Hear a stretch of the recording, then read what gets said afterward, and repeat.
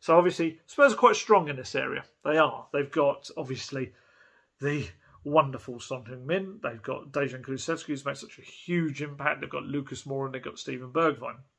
And obviously, Perisic has come in, who can play on either flank as well. Bergwijn, we know, wants to go. He's now very publicly stated that.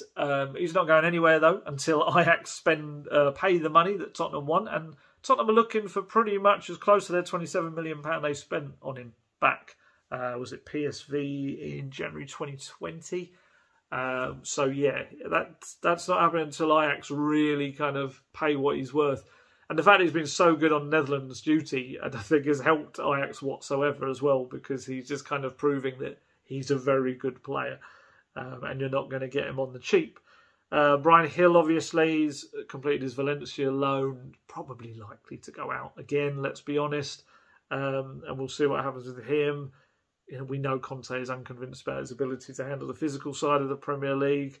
So they're the potential outgoings in that position. You know, you can never rule out a bid for someone like Lucas Moura. But I think he's even said himself, he did an interview the other day, maybe back in Brazil, where he was saying that he feels that he's, you know, likely to stay at Spurs and Spurs want him to stay and all of this. So, you know, I said this before, I think as a squad player, I think Lucas is really good for what Spurs kind of need. And I don't think he's a starter anymore. I don't. I think he will start certain games because there are so many. But I do think, you know, whoever comes in will probably be brought in as another person potentially in front of him. And like I say, I think Perisic probably is ahead of him if they wanted to push him on from the wing-back slots. But as a squad player coming off the bench, I think Lucas, it can be a game changer. I do think he can. So let's look at potential incomings. We're talking about not only the flanks, but also players that can play centrally as well as like a number 10 type. So I know Spurs have been looking at Lyon's Lucas Paqueta, Brazilian international. He's one you probably know his name. If you don't watch French football, you'll probably know his name because Newcastle have tried a couple of times to sign him. Very good player, 24-year-old. He can play, like I say, in that number 10 role. He can play a bit deeper in a more central role. He can play on the right as well, and actually can also play up front if required as well. His stats have written him down: 11 goals and 7 assists in a Lyon side that wasn't great last season. You know, I had to obviously keep an eye on them with the whole Ndombele stuff, and they finished outside the European places. Didn't have a great season, but his stats still weren't too bad.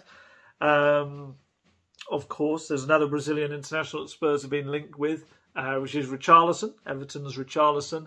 I did some stuff on him yesterday because it was all suddenly got very excited. People were saying, oh, you know, advanced and terms agreed and all this sort of stuff. And again, I had to come in and say, look, from what I understand, Paratici really likes him. He's another one of Paratici's list of players he likes. There's a long list, you know. There's a lot of footballs out there, and Paratici has been this kind of transfer guru figure for a long time. So he's got a lot of players he likes, and I know it sounds like I'm saying Paratici likes him and him and him and him, but that's the case. Where it's like scouts. Scouts have got hundreds of players that they really like. Whenever I speak to one of those, they're always telling me so many players they like.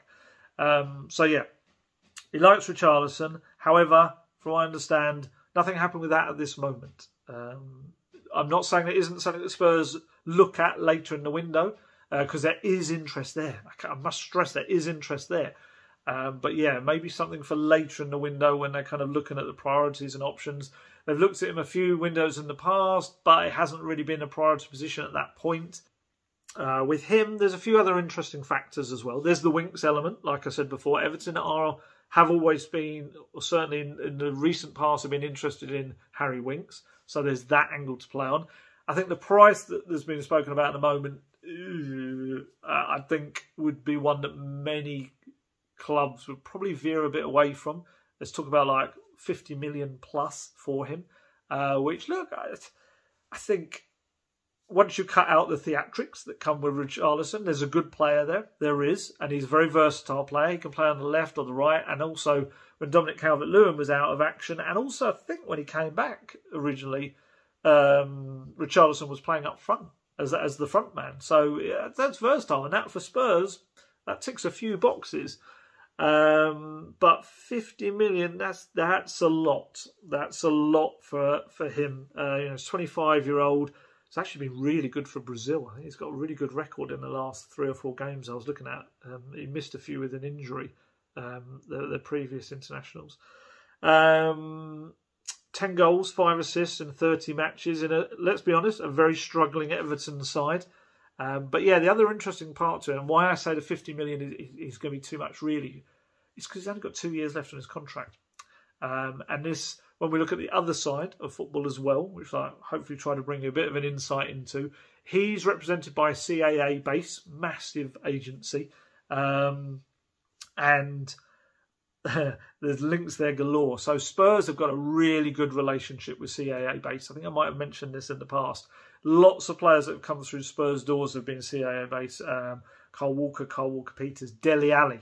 So obviously Dele Alli, again, another Everton connection there as well.